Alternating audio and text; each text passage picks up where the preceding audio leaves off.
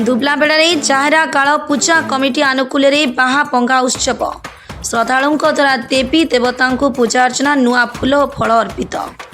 मयूरभंज जिला रायरंगपुर सहर सन्निकट दुबलाबेड़ा संरक्षित सबुज परिवेश घंच शाल बनानी मध्य जाहिरा फिटरी आज जाहेरा काल पूजा कमिटी आनुकूल्य फाल्गुन मास रविवार दिन 14तम वार्षिक बाहापंगा उत्सव आदिवासी सांताली समाज तरफ आनंद उल्लास सह पालित हो जाइए।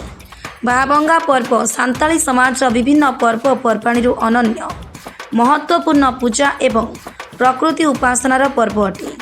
आदिवासी माने प्रकृति उपासक प्रकृति पाखरे ऋणी पाई बाहापंगा पर्व पालन करा जायतिला।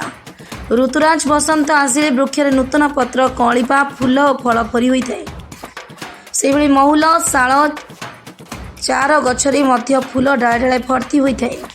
से फूल फल को प्रथमे देवादेवी पाखरे पूजा अर्चना पर जाई आदिवासी माने जंगल को जाई गछ को छुई फूल फल व्यवहार करती। पूजा नहेला पर्यंत से गछ छुअंती नहीं। बाहापंगा पर्व गछलता जंगल नदी नाल परिवेश मध्य भल पाइबार एक निदर्शन अटे। आज मुख्य पूजक नायके बाबा जाहेरा पीठरे देवी देवता मारांगभुरु जाहेरा आयो ग्रामर देवादेवी मोणे तुराई को धार्मिक रीतिनीति अनुसार श्रद्धार सह पूजा अर्चना करने सह समस्तंकर सुख शांति मंगल समृद्धि पाई प्रार्थना करथिले। जाहिरा पूजास्थल मानसिक पूर्ण होइथिबा मानसिकधारी आनिथिबा कुकुड़ा देवादेवी पाखरे बलि दिया जाइथिला। ताकु रंधा जाई रंधा भोग प्रसाद भाव ग्रामवासी ग्रहण करथिले। सुदूर झारखंड पश्चिमबंग और ओडिशार कोण अनुकोणे छुटी आसिथिबा हजारदार आदिवासी सांताल समाज बुद्धिजीवी महिला युव छात्र संस्कृति प्रेमी आदिवासी पारंपरिक वेशभूषा पिंधि पहुंचते। सेଠାରେ पूजा अर्चना पर महिला माने देहुरी को मुंडिया मारी तांका पाखरु आशीर्वाद रूपक शाल फूल नहीं गभारे खोसीथिबा बेले पुरुष माने कानरे खोसीथिले। ए पूजार आस्था और विश्वास अछि। समस्तंकर मंगल कामना करिबा समस्तंक स्वास्थ्य भल रहिबा काहारी को रोग व्याधि न हेबा समस्तंक घरे धन संपत्ति भरपूर रहिबा गृहपालित पशुंक स्वास्थ्य ठीक रहिबा ठीक समय वर्षा हेबा सह भल फसल हेबा यार एकमात्र महत् उद्देश्य। पर संध्यारे धूमसा ढोल मातଳରେ पारंपरिक आदिवासी नृत्य रे आपाଳ पृथ बनिता हाथ को हाथ धरी खूब आनंद उल्लास सह झुमिले। ढोल मातଳ धूमसा नृत्य समग्र अंचल प्रकम्पित हो उठिला। जाहेरगाड़ा कमिटी सभापति मोचीराम माझी एवं संपादक दुर्गा चरण मुर्मू बाहापंगा पर्व शांति श्रृंखलार संपन्न होइथिबारु समस्तंकु कृतज्ञता जणाइथिले। मयूरभंज अक्षय विश्वाल रिपोर्ट मसीहा न्यूज सर्विस। आपण मसीहा न्यूज यूट्यूब चैनल को सब्सक्राइब कलेनि कि जदि करिना हंती एबे करिनियंतु। एहा सह मसीहा न्यूज रो फेसबुक पेज को और ट्विटर को फॉलो करंतु। ता सह मसीहा न्यूज रो ऐप आसी गलानी निज मोबाइल रो प्ले स्टोर रो डाउनलोड करनियंतु। जय जगन्नाथ। मोना कान्हूचरण मुर्मू मो रायरंगपुर वरिष्ठ नागरिक तापर आदिवासी संप्रदाय मध्य वरिष्ठ अटे। आदिवासी पर्टिकुलाली कह गले सांताल आदिवासी माने प्रकृतिर पुजारी से माने पहाड़ बण जंगल नदी झरणा कूल बसवास करती। प्रधान जीविका है चाषबास करवा। साधारणतः जेहेतु से माने बण जंगल पहाड़ पर्वत कूल रहती से माने बण जंगल पशु पक्षी गछ लता फूल फल ये सब सहित से भल ओतप्रोत भाव में जड़ित। साधारणतः आदिवासी सांताल संप्रदाय लोक मैंने चाष उपर निर्भर करती। से माने जते पर्वपर्वाणी पालन करती से पर्वपर्वाणी पालन मध्य बाहा पर्व बा फूल पर्व गोटे मुख्य पर्व अटे। यही पर्व बाहा पर्वर उद्देश्य यह हूँ जितेबाला बण जंगल नुआ फूल फल पत्र सब हुए से सबू पूजा नक व्यवहार कर पारती नहीं। जदि जी व्यवहार करे से दंड विधान व्यवस्था अच्छी। प्रत्येक गाँव में आदिवासी मानकर सांताल संप्रदाय जड़े माझी आ जड़े पुरोहित नायके ये माने रही था सहित अन्य सहयोगी जो माने मुख्य ପୁରୋହିତ ଏବଂ ପ୍ରଧାନକୁ ସାହାଯ୍ୟ କରନ୍ତି ସେମାନେ ମଧ୍ୟ ଥାଆନ୍ତି। ତେଣୁ ସେମାନଙ୍କର କଟକଣା ଅନୁସାରେ ଗାଁର କୌଣସି ଲୋକ ବିନା ପୂଜା ପାଠରେ ନୂଆ ଫୁଲ ଫଳ ବ୍ୟବହାର କରିପାରନ୍ତି ନାହିଁ। ମୁଖ୍ୟ ଉଦ୍ଦେଶ୍ୟ ହେଉଛି ଏଇ ଯେଉଁ ବାହାପର୍ବ ହେଉଛି ଏଇଟା ସେଇ ଉଦ୍ଦେଶ୍ୟରେ ହିଁ କରାଯାଏ। ତାମାନେ ନୂଆ ଫୁଲ ଫଳ ହେଲା ପରେ ସେଇଟାକୁ ଯେମିତି ବ୍ୟବହାର କରିବେ ସେଥିପାଇଁ ପୂଜାର ଆବଶ୍ୟକତା ପଡ଼ିଥାଏ। ସେଥିପାଇଁ ଏହି ବାହାପର୍ବ ନିହାତି ଜରୁରୀ ଓ ଆବଶ୍ୟକ ଅଟେ। ସାଧାରଣତଃ ବସନ୍ତ ଋତୁର ଆଗମନରେ ମାନେ ଫାଲ୍ଗୁନ ମାସରେ ଯେତେବେଳେ ଗଛଲତାରେ ନୂଆ ଫୁଲ ଫଳ ହୁଏ ସେତେବେଳେ ଆଦିବାସୀ ସମ୍ପ୍ରଦାୟର ଲୋକମାନେ ଆନନ୍ଦରେ କୁରୁଡ଼ି ଉଠନ୍ତି ଏବଂ ସେମାନେ ଫୁଲ ଫଳ ବ୍ୟବହାର କରିବା ପାଇଁ ଆଗ୍ରହ ପ୍ରକାଶ କରିଥାନ୍ତି। କିନ୍ତୁ ଏହି ବାହାପର୍ବ ବା ବାହା ପୂଜା ନ ହେଲା ପର୍ଯ୍ୟନ୍ତ ସେମାନେ ତାକୁ ବ୍ୟବହାର କରିପାରନ୍ତି ନାହିଁ। ସେଇଥିପାଇଁ ଗୋଟେ ଦିନ ଧାର୍ଯ୍ୟ କରାଯାଇଥାଏ ଯେଉଁ ଦିନରେ କି ଏହି ବାହା ପୂଜା ବା ଫୁଲ ପୂଜା ହୁଏ। ଆଉ ସେଦିନ ଗାଁର ମୁଖିଆ ବା ପୁରୋହିତ ସେ ସକାଳୁ ଅନ୍ୟମାନଙ୍କ ସହିତ ଜାହିରକୁ ଆସି ଶାଳ ଗଛ ମୂଳରେ ଉଦ୍ଦିଷ୍ଟ ଦେବଦେବୀମାନଙ୍କୁ ପୂଜା କରନ୍ତି। ଆଉ ଆଦିବାସୀ ବା ସମ୍ପ୍ରଦାୟର ସାନ୍ତାଳ ସମ୍ପ୍ରଦାୟ ଦେବଦେବୀମାନେ ସାଧାରଣତଃ ଶାଳ ଗଛ ମୂଳେ ଅବସ୍ଥାପିତ ହୋଇଥାନ୍ତି ବା ତାଙ୍କୁ ସେଇଠି ପ୍ରତିଷ୍ଠା କରାଯାଇଥାଏ। ମରାଙ୍ଗବୁରୁ ଜାହାର ଲିଟା ମଣେକ ତୁରୈକ ଏମାନେ ହେଉଛନ୍ତି ଆଦିବାସୀ ସମ୍ପ୍ରଦାୟର ଦେବଦେବତା ଏବଂ ସେମାନଙ୍କୁ ହିଁ ପୂଜା କରାଯାଏ।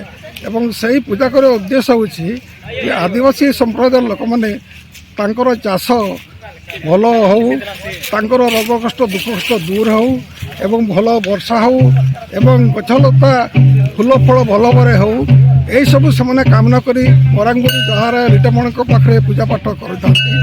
ଆଉ ଉଦ୍ଦେଶ୍ୟ ହେଲା ତା ସହିତ ସେମାନେ ଆନନ୍ଦ ସହିତ ଏଟାକୁ ପାଳନ କରିଥାନ୍ତି। ଆଉ ସେ ମରାଙ୍ଗବୁରୁ ଜାହାର ଲିଟାମଣଙ୍କ ତୁରୀଙ୍କ ପାଖରେ ସେମାନେ ବା ଆଦିବାସୀମାନେ କୁକୁଡ଼ା ବଳି ଦେଇଥାନ୍ତି।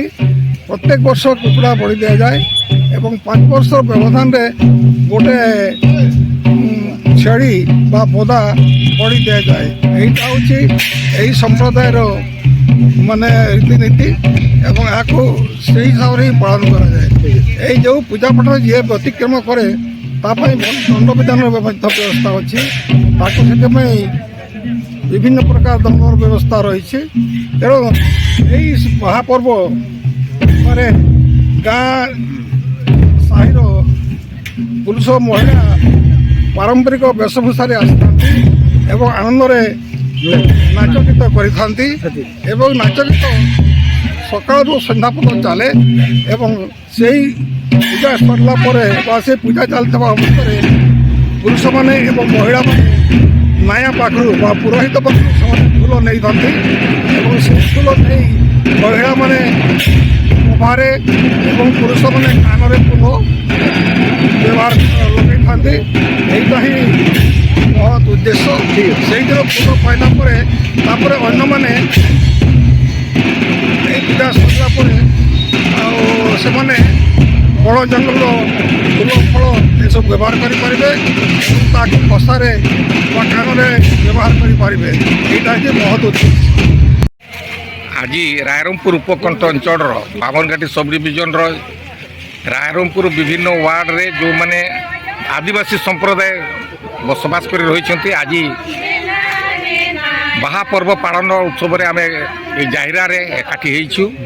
ଏହା ପ୍ରତିବର୍ଷ ପାଳନ କରାଯାଏ। ଏ ବର୍ଷ ମଧ୍ୟ ତାହା ଅନୁରୂପ ସବୁ ଉତ୍ସାହର ସହକାରେ ମାଦଳ ଧମସା ଏବଂ ପୂଜା ପଦ୍ଧତି ଯାହା ଅଛି ରୀତିନୀତି ସେ ଅନୁସାରେ ନାୟକିଆ ବାବାଙ୍କର ଉପସ୍ଥିତିରେ ଏବଂ ସମସ୍ତଙ୍କର ସହଯୋଗରେ ଆଜି ସୁରୁଖୁରୁରେ ବାହାପର୍ବ ପାଳନ ହେଲା। ଏହା ପ୍ରତିବର୍ଷ ପାଳନ କରିବାର ଉଦ୍ଦେଶ୍ୟ ହେଲା ନୂଆ ମାଘ ପର୍ବ ହେଲେ ଆଦିବାସୀ ସମ୍ପ୍ରଦାୟର ନୂଆ ବର୍ଷ ଆରମ୍ଭ ହୁଏ। ତାର ନୂଆ ବର୍ଷ ପରେ ପରେ ଏହି ବାହା ପର୍ବଟା ଦ୍ୱିତୀୟ ପର୍ବ ବୋଲି ଆମେ ଗଣନା କରିକି ପାଳନ କରୁଥାଇ।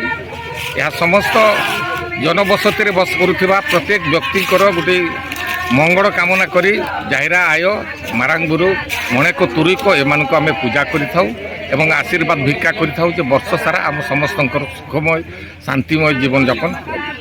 ଆଜିର ଏହି ଉତ୍ସବରେ କି ପୁରୁଷ କି ମାନେ ଆବାଳ ବୃଦ୍ଧ ବନିତା ସମସ୍ତେ ସାମିଲ ହେଉଛନ୍ତି ଏବଂ ଏହାପରେ ପଶ୍ଚିମ ଭୁବନେଶ୍ୱର ସବୁଆଡ଼େ ଭୁବନେଶ୍ୱର ସବୁଆଡ଼େ ଏହା ପାଳନ କରାଯାଉଛି। ଏଇଟା ମାନେ ଆଦିବାସୀ ସମ୍ପ୍ରଦାୟ ବିଶେଷ କରି ସାନ୍ତାଳ ସମ୍ପ୍ରଦାୟ ପ୍ରତ୍ୟେକ ଜାଇରାରେ ଏଇଟା ବାହା ପର୍ବ ପାଳନ କରାଯାଏ। ଆଜି ଆମେ ରାୟରଙ୍ଗପୁର ଏକାଠି ହେଇଛୁ ଏବଂ ଏଥିରେ ବର୍ତ୍ତମାନ ଏ ପୂଜା ଭୋଗରାଗ ଯାହା ଥିଲା ପ୍ରସ୍ତୁତ ତାହା ଆମେ ସେବନ କଲୁ। ଏହାପରେ ମହିଳାମାନେ ଏବଂ ପୁରୁଷମାନେ ସମସ୍ତେ ନାୟକେ ପାଖରୁ ଆମର ଫୁଲ ଗ୍ରହଣ କରି ତାହା ମାନେ ଆମେ କାନରେ ଖସି ଝିଅମାନେ ଖସାରେ ଖସି ଆନନ୍ଦର ଉତ୍ସବରେ ନାଚ ଗୀତରେ ମସଗୁଲ ହେଇକରି ଆଜିକାର ଦିନଟି ପାଳନ ହେଉଛି। ଏହା ସମସ୍ତଙ୍କ ପାଇଁ ଶୁଭଙ୍କର ହେଉ। ଏହା ହିଁ ଜାଇରାୟ ମଣିକତୁରୀଙ୍କ ପାଖରେ ବିଶ୍ୱାସ ରଖି ନମସ୍କାର କରିକି ଆମେ ଆଜି ପାଳନ କଲୁ ଏବଂ ଆଶା ଏହା ଜାଇରାୟ ସମସ୍ତଙ୍କର ମଙ୍ଗଳ କାମନା କରିବି। ନମସ୍କାର, ସମସ୍ତଙ୍କୁ ଧନ୍ୟବାଦ। ଆଜ୍ଞା, ମୁଁ ଏଇ ଦୁବଲାପଡ଼ାରୁ ଆସିଛି। ଆଉ ଏଇଟା ଆମର ବାହା ପର୍ବ, ଏଇଟା ସବୁଠୁ ବଡ଼ ପର୍ବ। ଏଇଟା ଆମର ଶାଳ ପୂଜା କରାଯାଏ, ମହଲ ଫୁଲ ଆଉ ପୁଣି ସମସ୍ତଙ୍କର ମଙ୍ଗଳ ପାଇଁ ଆଉ ଶୁଭକାମନା ପାଇଁ। ଆଉ ଏଇଟା ଆମର ଚାଷ କାମରେ ଭଲ ହେଉ, ଯେମିତି ଭଲ ଇଏ ହେଉ, ମାନେ ସମସ୍ତେ ସୁଖ ଶାନ୍ତିରେ ସୁଖ ଶାନ୍ତିରେ ରୁହନ୍ତୁ, ସେଇଟା ପାଇଁ ଏଇଟା ପୂଜା କରାଯାଏ। ଆମେ ଦେହ ପା ଭଲ ରହିବ, ରୋଗ ବେମାର ହେବନି। Thank you.